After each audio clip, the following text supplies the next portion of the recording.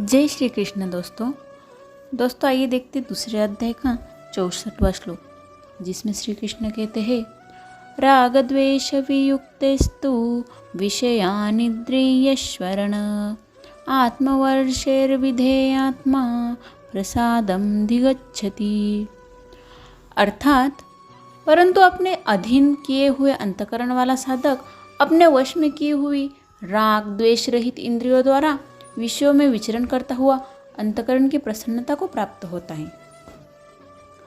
दोस्तों, जो अपने इच्छा अपने आसक्तियों को कंट्रोल में रख पाते हैं, अपने इंद्रियों को भटकने नहीं देते, उन्हें जो खुशी मिलती है ना दोस्तों, वो खुशी अंतकरण से होती है। उन्हें अंदरूनी सुख मिलता है। इंद्रियों की संतुष्टि से जो सुख मिलता है वो तो बाहरी सुख होता है। आगे श्री कृष्ण कहते हैं 65वें श्लोक में प्रसादे सर्व दुखानां हानिरस्योपजायते प्रसन्न चेतसो ह्याशु बुद्धि पर्यवतिष्ठते। अर्थात अंतकरण की प्रसन्नता होने पर इसके संपूर्ण दुखों का अभाव हो जाता है और उस प्रसन्न चित्त वाले कर्मयोगी की बुद्धि शीघ्र ही सब ओर से हटकर एक परमात्मा में ही भली भांति स्थिर हो जाती है।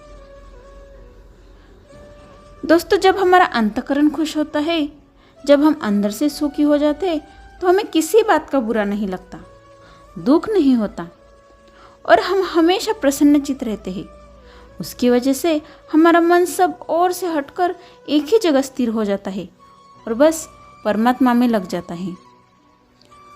आगे श्री कृष्ण कहते हैं नास्ति बुद्धिर्युक्तस्य न चायुक्तस्य भावना न चाभावयतः शांतिर्शान्तस्य कुतः सुखम। अर्थात न जीते हुए मन और इंद्रियों वाले पुरुष में निश्चयात्मिका बुद्धि नहीं होती और उस अयुक्त मनुष्य के अंतकरण में भावना भी नहीं होती तथा भावनाहीन मनुष्य को शांति नहीं मिलती और शांति रहित मनुष्य को सुख कैसे मिल सकता है। दोस्तों, जो मनुष्य अपने मन और इंद्रियों पर काबू नहीं रख पाते, उन्हें उचित निर्णय लेने की बुद्धि ही नहीं होती। ऐसे मनुष्य के अंतकरण में भावना नहीं होती और भावना रहित मनुष्य को शांति नहीं मिलती और शांति रहित मनुष्य सुख नहीं मिल पाता है उसे।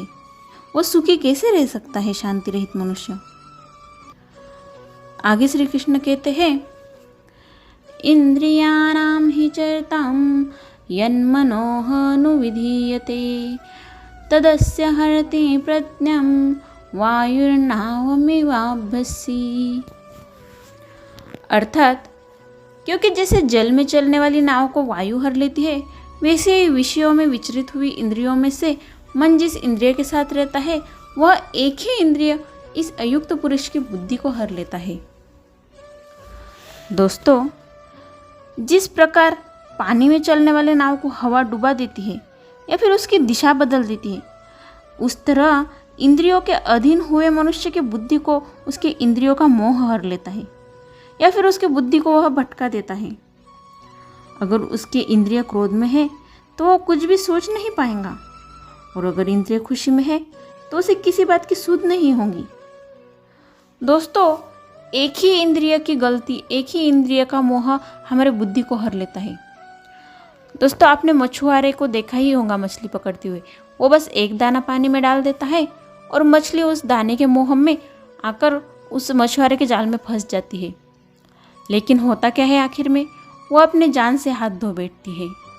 मतलब मोह किया सिर्फ उसके एक इंद्रिय ने, सिर्फ उसकी जीभ ने, लेकिन पूरे उसको अपना जीवन उसके लिए गंवाना पड़ा उसको। तो दोस्तों, इस प्रकार हमें हमारे इंद्रियों को वश में रखना चाहिए ताकि हमारी भी बुद्धि स्थिर हो पाए, हमारी बुद्धि भ्रष्ट ना हो। दोस्तों, इन इंद्रियों के जाल से हमें खुद को निकलकर उन्हें अपने जाल में फंसा लेना चाहिए। फिर देखिए सब कैसे संभव और बिल्कुल आसान हो जाता है। तो दोस्तों, आज के लिए ही इतना ही। देखते हैं अगला ज्ञान भगवद गीता का अगले वीडियो में, कल सुबह नए वीडियो में नए श्लोक में। तब तक के लिए आप मेरे चैनल भक्ति विद पूनम को सब्सक्राइब कर लीजिए ताकि गीता का संपूर्ण ज्ञान आपको ऐसे ही स्टेप बाय स्टेप मिलते रहे। राधे राधे दोस्तों।